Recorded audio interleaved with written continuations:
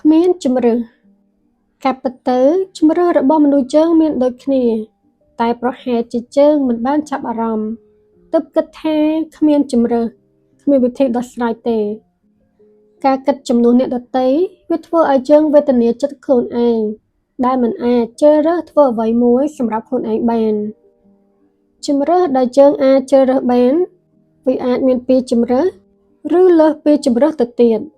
រីឯពាក្យថាគ្មានជម្រើសវាគ្រាន់តែជាចិត្តដែលគិតខ្វល់ជំនួសអ្នកដទៃ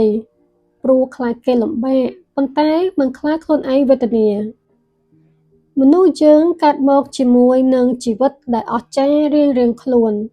ចូលផ្សងព្រេងស្វែងរកភាពអស្ចារ្យនោះកុំបិទខ្លួនឯងត្រឹមពាក្យខ្លីតែ3ម៉ាត់គ្មានជម្រើស